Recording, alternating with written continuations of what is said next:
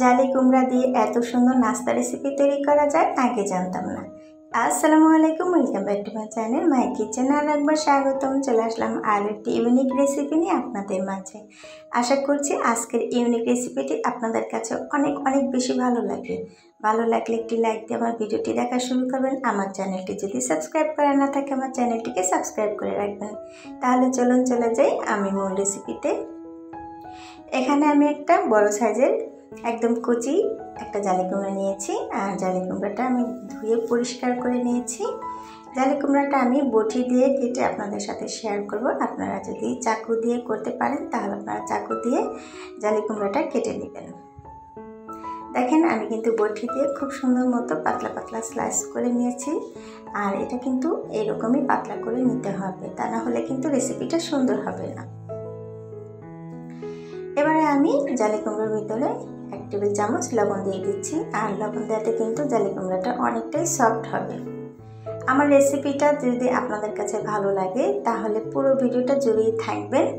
যদি আপনারা একটু স্কিপ করেন তাহলে কিন্তু বুঝতে পারবেন না আমি জালি কুমড়োতে কীরকম ইউনিক নাস্তা রেসিপি তৈরি করছি।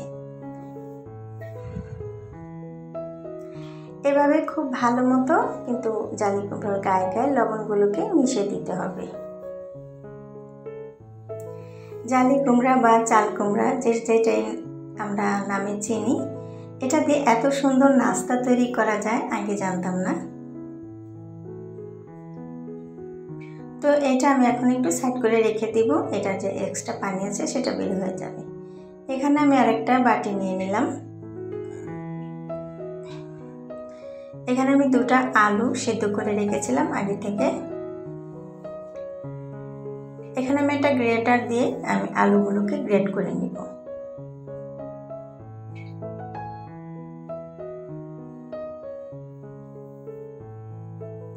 আপনারা চাইলে কিন্তু আলুগুলো ম্যাশ করে নিতে পারেন, তবে গ্রেট করে নিলে কিন্তু অনেকটাই ভালো হয় এই রেসিপিটা।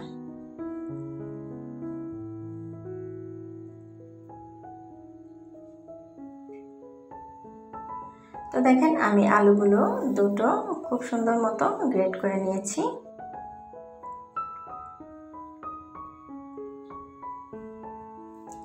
এবার এখানে আমি স্বাদ মতো লবণ দিয়ে দিলাম কালো গোলমরিচের গুঁড়ো, দিয়ে দিলাম কাশ্মীরি লাল মরিচের গুঁড়ো। এটা ঝাল হবে না, কালারের জন্য দিলাম। আর এখানে দিয়ে দিচ্ছি আমি জিরা গুঁড়ো। এবারে সব উপকরণগুলো খুব ভালো মতো একটু মিশিয়ে নেব আলুর সাথে।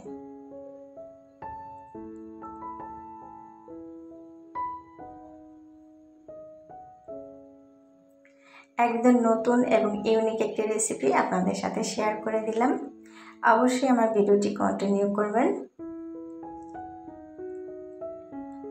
আর ছোট্ট একটি লাইক দিয়ে কিন্তু আমার ভিডিওটি দেখা শুরু করবেন, কারণ আপনাদের একটি লাইক কিন্তু আমার ভিডিওটা অনেক ভিউয়ার্সের কাছে পৌঁছাতে সাহায্য করবে। একটা লাইক আপনাদের কাছে কিছু না, কিন্তু আমার ভিডিওর জন্য অনেক গুরুত্বপূর্ণ। তো দেখেন আমি কিন্তু আলুর সাথে খুব ভালো মতো মশলাগুলোকে মিশিয়ে নিলাম। এবার আমি এটা সাইড করে রেখে দিয়ে আরও একটা বাটি নিয়ে নিলাম। এখানে আমি একটা ডিম ফেটিয়ে নিব।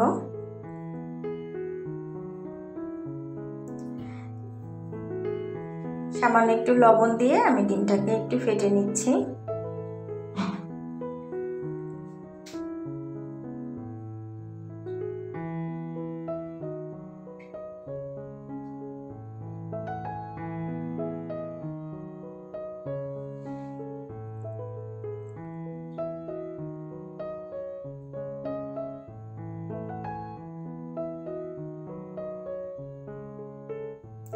আমার আজকের নাস্তার জন্য কিন্তু একটা ডিমই একদম পারফেক্ট হয়েছিল। এটা আমি সাইড করে রেখে দিচ্ছি। এবার আমি এখানে নিয়ে নিলাম চিজ। এখানে মজারেলা চিজ নিলাম। এবার চিজগুলোকে আমি একটু স্লাইস করে নিব।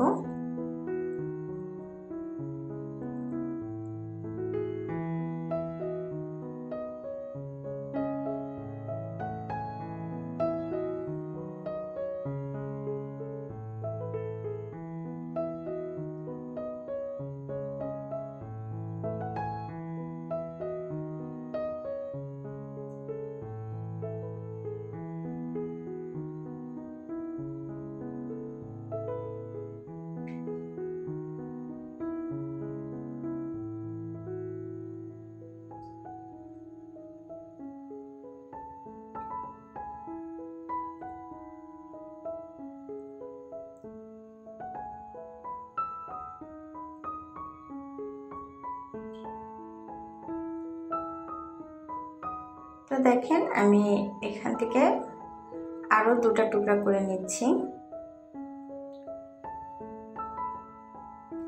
আপনারা চাইলে কিন্তু এভাবে লম্বা করেও নিতে পারেন, তবে এরকম ছোট 2 টুকরো করে নিলে কিন্তু অনেকটাই ভালো হয় এই নাস্তা রেসিপির জন্য।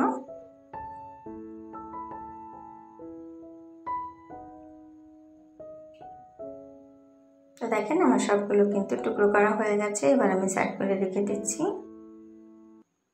এবারে আমি যে চাল কুমড়াগুলোর ভিতরে লবণ মিশিয়ে রেখেছিলাম, তো দেখেন অনেকটাই কিন্তু সফট হয়ে গেছে, দেখে বুঝতে পারছেন। এবারে এখানে আমি টিস্যু নিয়ে নিচ্ছি।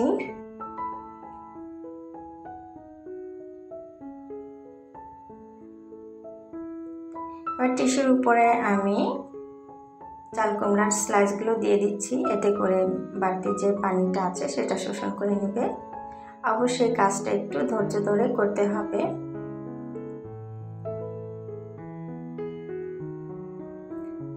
এভাবে টিস্যু দিয়ে মুছে কিন্তু আপনারা ফ্যানের বাতাসেও একটু শুকিয়ে নিতে পারেন, এক্ষেত্রে কিন্তু অনেকটাই ভালো হয় এই রেসিপির জন্য।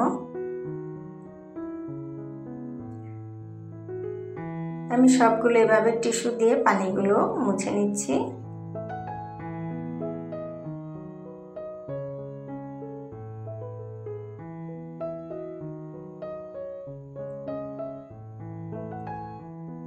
তো দেখেন লবণ দেওয়াতে কিন্তু আমার চাল কুমড়োগুলো ভেঙে যায়নি, একদম সফট হয়ে গেছে।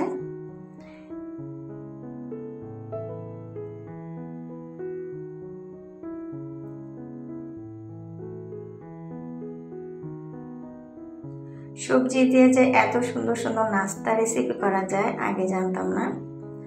এই প্রথমবার কিন্তু আমি চাল কুমড়া কিংবা জালি কুমড়া দিয়ে এই নাস্তাটি করছি। তো দেখেন আমি কিন্তু পানি শুকিয়ে নিয়েছি, এবার আমি নাস্তাগুলোকে বানিয়ে নিব। এবারে যে আলুটা আমি রেডি করে রেখেছিলাম সেই আলুটা আমি এক সাইড থেকে দিয়ে দিচ্ছি।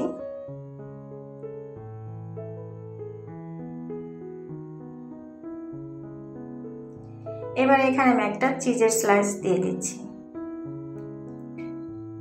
এবার আমরা যেভাবে সমোচা বানাই সেভাবে কিন্তু একটা সমোচা তৈরি করে নিচ্ছি।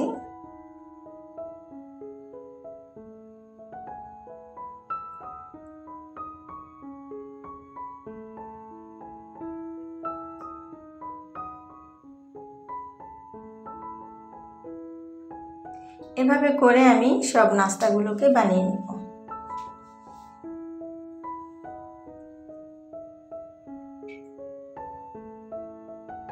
এটা দেখতে যতটা লোভনীয় হয়েছে, খেতেও কিন্তু দুর্দান্ত স্বাদের ছিল। বিকেলে চায়ের আড্ডায় কিন্তু এই নাস্তা রেসিপিটি একদম জমে যাবে।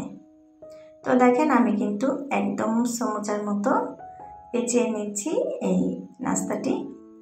দেখেন কতটা সফট হয়েছে, আর দেখতে কিন্তু একদম মনে হচ্ছে যে আমি সমোচা বানাচ্ছি। তো দেখেন আমার সব নাস্তাগুলো কিন্তু বানানো হয়ে গেছে। এবার আমি একটা প্লেটে তুলে নিচ্ছি।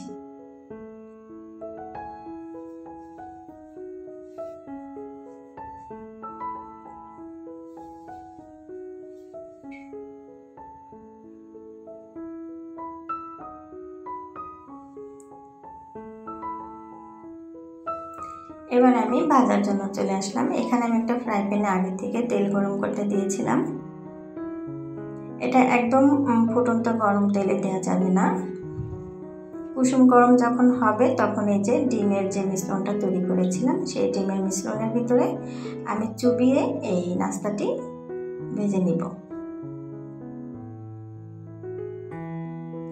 একেবারে ইউনিক এবং নতুন একটি রাস্তা। আপনারা যদি ইউটিউবে দেখে থাকেন অবশ্যই মিষ্টি একটা কমেন্ট করে আমাকে জানাতে ভুলবেন না। এই প্রথমবার কিন্তু আমি জালি কুমড়া দিয়ে এই নাস্তাটি তৈরি করেছি। তো দেখেন আমি সব নাস্তাগুলো কিন্তু দিয়ে দিলাম। এই পর্যায়ে কিন্তু চুলাটা একদম মিডিয়াম টু লো হিটে রাখতে হবে, তা না হলে নাস্তাগুলো কিন্তু পুড়ে যাবে আর ভিতরটা কিন্তু জালি কুমড়াটা কাঁচা থেকে যাবে, এতে করে খেতে ভালো লাগবে না। অবশ্যই কিন্তু এটা ফলো করতে হবে। দেখেন আমি কিন্তু নাস্তাগুলোকে উল্টে পাল্টে ভেজে নিচ্ছি।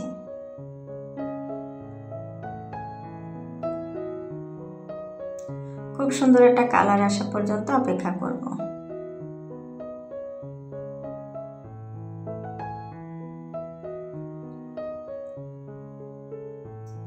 খুব সাবধানে কিন্তু নাস্তাগুলোকে উল্টাতে হবে, তা না হলে কিন্তু ছুটে যাওয়ার চান্স থাকতে পারে।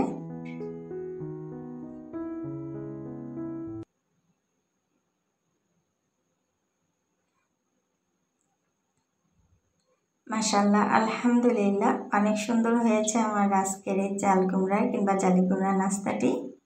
দেখতেও অনেকটা সুন্দর হয়েছে, মনে হচ্ছে যে একদম হোটেলে বানানোর সমুচা বানিয়েছি আমি, তাই না?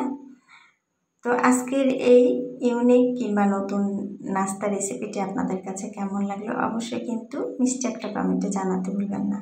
তো দেখেন আমার নাস্তাগুলো কিন্তু আমি তুলে নিচ্ছি, টিস্যুর উপরে আমি তুলে নিচ্ছি। অবশ্যই এই কাজটা করতে হবে, এতে করে যে বাড়তি একটা তেল থাকে নাস্তার উপরে সেই তেলটা কিন্তু শোষণ করে নেবে। তো দেখেন নাস্তাগুলো কিন্তু মাশাআল্লাহ অনেক সুন্দর একটা কালার চলে এসেছে, দেখেই বুঝতে পারছেন।